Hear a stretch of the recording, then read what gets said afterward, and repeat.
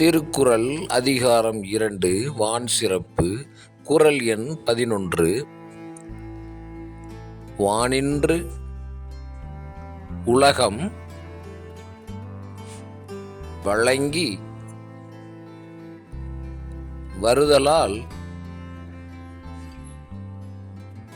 தான் அமிழ்தம் என்று உணரற் பாற்று. வானின்று உலகம் வழங்கி வருதலால் தான் அமிழ்தம் என்றுணரற் பாற்று.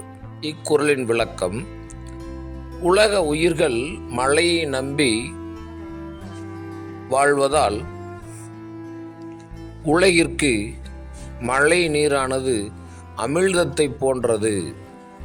உலக உயிர்கள் மழையை நம்பி வாழ்வதால் உலகிற்கு மழை அமிழ்தம் போன்றதாகும்.